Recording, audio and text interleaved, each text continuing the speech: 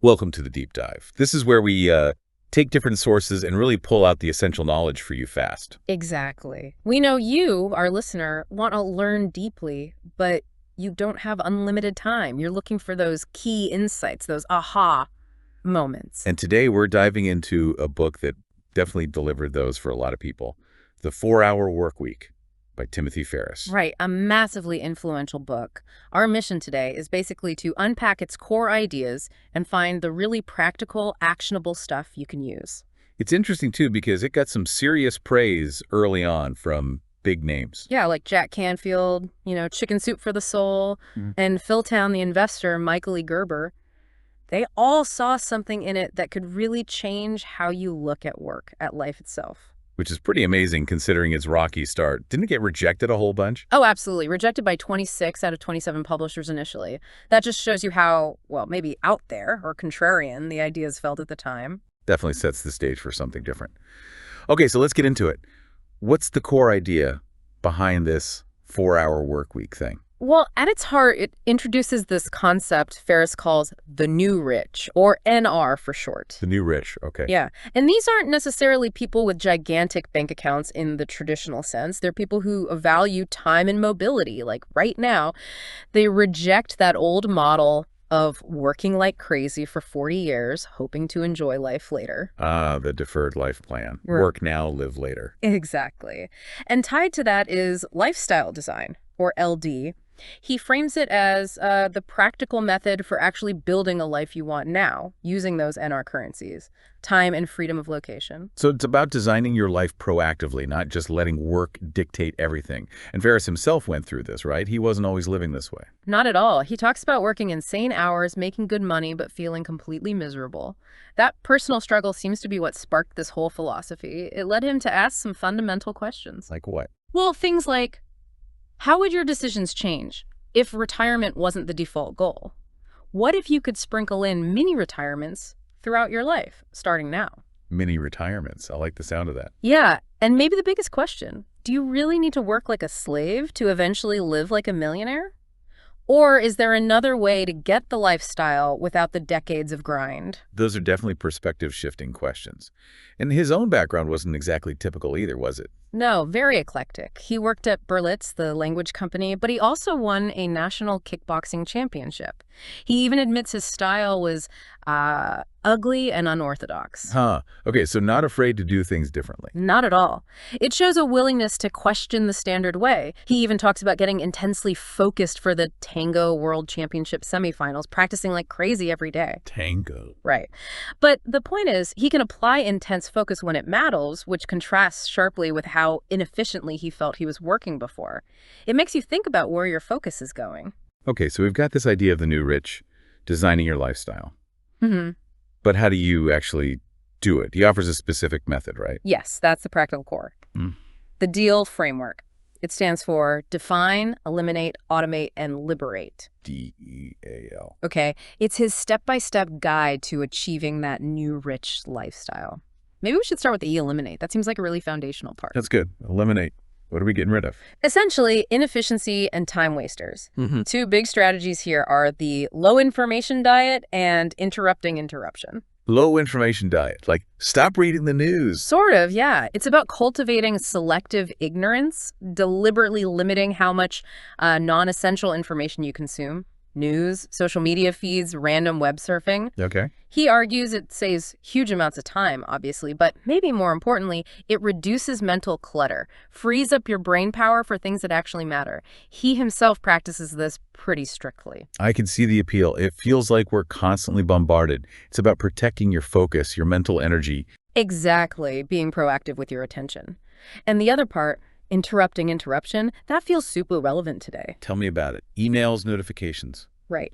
This is about getting control back. He advocates checking email maybe only twice a day, like noon and 4 p.m. And crucially, turning off all those alerts, email pop-ups, phone notifications that constantly pull you away. Just turn them off. Yeah. That feels radical for some people. It can be.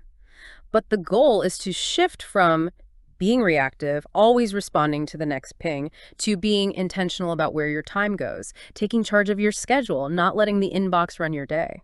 Right, and it links back to effectiveness over just efficiency, doesn't it? Absolutely. The book really hammers this point. Prioritize based on impact. Huh. There are these great lines like, doing something unimportant well does not make it important. Ouch. Yeah. And requiring a lot of time does not make a task important. It's about leverage, not just effort. That really does hit home. It's easy to confuse being busy with being productive. What else falls under eliminate? Well, there's Parkinson's law, the idea that work expands to fill the time you allocate for it. Ah, right. If you have all day to do something. It often takes all day. Yeah. The book suggests the typical 9-to-5 structure can actually encourage this because the time is just there waiting to be filled. We stretch things out. We've all done that. Yeah. Wasn't there a story about a student and a deadline? Yeah, a great example. A student had like 24 hours to write a 30-page paper, and they did it. No way. Yes, because the constraint forced intense focus. It shows how compressed timelines can actually boost productivity counterintuitively. Less time, more focus. Okay, I'm starting to see the pattern here. Tighten constraints, focus effort. He also uses the 80-20 rule in this section, right? He does, the Pareto principle. Yeah. He shares his own story of analyzing his customer base. He found something like 3% of his customers generated 95% of the profit. Wow, that's skewed. Hugely. So he made a tough call. He drastically reduced contact with the less profitable 95% and actually fired the bottom 2%, the ones causing the most headaches for the least return. Fired customers? That's bold. It is bold. But it let him focus all his energy on the high-value relationships. It's about identifying and focusing on the vital few, not spreading yourself thin. That makes sense. Cut the low-yield stuff. Anything else for elimination? One more key technique. Batching. Batching, like grouping similar tasks. Exactly. Instead of answering emails sporadically all day or paying one bill here and another later, you group them. Do all your emails in 1 or 2 blocks, handle all finances at a set time, make all your calls together. Why? It reduces the mental cost of switching between different types of tasks. You get into a flow for one type of work, making you more efficient overall. Okay, so eliminate is about cutting noise, stopping interruptions, focusing on impact using 80-20, applying Parkinson's law, and batching tasks. That clears up a lot of time and mental space. Which leads perfectly into the next stage. A for automate. Automation. This is where we start getting help, right? Mhm. Outsourcing. Yes. This is about delegating or automating tasks that you don't need to be doing yourself, especially the repetitive or non-core ones. The book mentions A.J. Jacobs' experiments here. Oh, I remember that. He outsourced everything, didn't he? Like writing rejection letters, arguing with his wife. Yeah, maybe a bit extreme for illustration, but it shows the possibilities. But Ferriss adds a crucial caveat. Eliminate before you delegate. Good point. Don't automate something you shouldn't even be doing. Precisely. Once you've streamlined, then look at what can be handed off. And this is where virtual assistants, VAs, come in big time. Right. Getting remote help. Yeah, the book highlights how cost-effective VAs can be, especially from places like India or the Philippines back then, though the landscape changes. He shares his own massive success with this for customer service. But we do. He went from dealing with like 200 customer emails a day down to fewer than 20 a week. Ow. By outsourcing to a team and empowering them, he gave them a $100 rule. If fixing a customer's problem costs less than $100, the VA could just do it. No need to ask him. That's huge. It's not just delegation, it's empowerment, trust. Exactly. It freed up his time immensely and likely led to faster customer resolutions. It shows the power of building systems, not just finding helpers. So what kinds of tasks are good for this? Lots of things. Admin work, scheduling, data entry, research, customer support, even specialized skills if you find the right person or agency. The book mentions sites like Elance, now Upwork, and others. But managing VAs effectively must be key too. It's not just hire and forget. Definitely not. He gives tips like having them rephrase instructions back to you to ensure clarity, setting short, clear deadlines, Parkinson's law again, and focusing on the output, the results, not just the hours they log. Okay, so build systems, delegate effectively, manage well. This automation phase also touches on creating a muse, right? An automated business. Yes, that's kind of the ultimate goal of automation for many following this path. A muse is a business designed from the ground up to generate income with minimal ongoing effort from you. Like selling an ebook or an online course or something that runs itself. Sort of, yeah. Digital products, niche physical products with outsourced fulfillment, affiliate marketing. Things that are scalable and don't require you trading time directly for money. It's a big topic, maybe for another deep dive. Agreed. So define, eliminate, automate. That leaves L, liberation. Liberation. This is about breaking free from the traditional constraints of where you work and when you work, getting location and time freedom. This sounds like the dream for many. How does it work? A core idea here is the mini retirement, taking extended breaks, weeks or months throughout your career, not just waiting for 65. More than just a vacation, though. Much more. They're positioned as deliberate periods for reevaluation, learning new skills, pursuing passions, experiencing different cultures, things you might put off indefinitely otherwise. Integrating life into work, not just escaping it. There's that story about the lawyer, Hans. Yeah, Hans. Great example. Quit his high-paying law job, realized he didn't need millions to live his dream now, and started a surf company down in Brazil. Shows that shift. Realizing you might already have enough to live differently. But making a big change like that is scary for most people. Totally understandable, which is why the book introduces fear setting. Fear setting? What's that? It's an exercise where you meticulously define your fears about making a change. What's the absolute worst that could happen? Then you figure out, realistically, how likely is that? How could you prevent it? How could you recover if it did happen? So you confront the fear head on, analyze it rationally. Exactly. Often just writing it down makes the fear seem much less daunting and more manageable. It reduces the paralysis that fear can cause. And it's a powerful tool. And the flip side of fear setting is dreamlining. Right. Dreamlining is about defining what you actually want. Getting super specific about your goals and dreams, not just vague wishes. Then, crucially, you calculate how much income you'd really need per month, target monthly income, TMI, or per day, TDI, to fund those dreams. So you put a price tag on the dream lifestyle. Yes, and often people find the actual cost is much lower than they assumed. It makes the dream feel tangible, achievable, not just a fantasy. It gives you a concrete financial target. Okay, that connects the dream to practical steps. But what if you're still in a regular job? How does liberation apply? Remote work. That's a huge part of it for employees.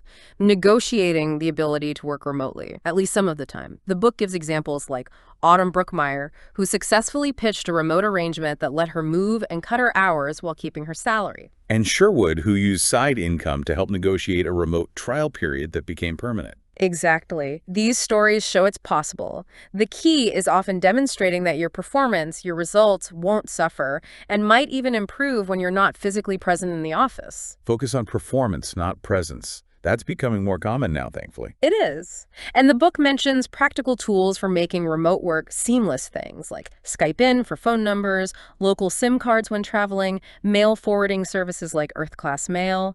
Technology makes location less relevant. So liberation is really about engineering flexibility, designing your work around your life, not the other way around. You got it. Taking control of your time and location to build a life that's not tied to one desk or one schedule. Okay, wow. We've covered a lot.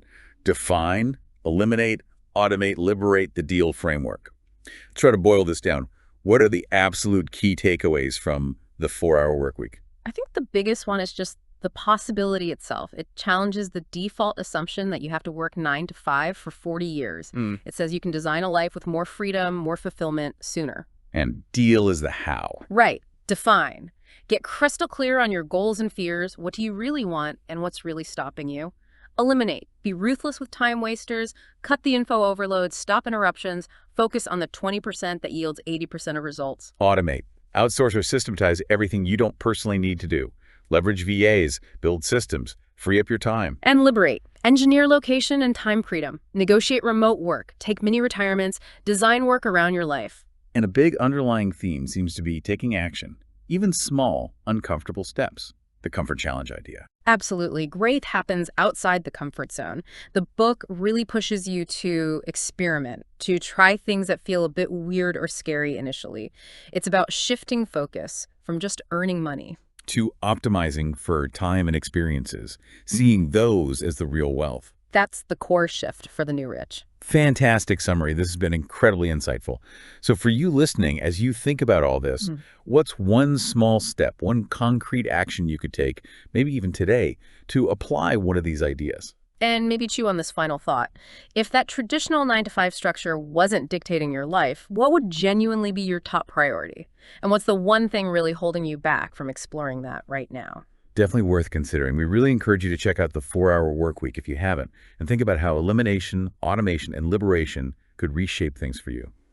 Thanks for joining us on this deep dive.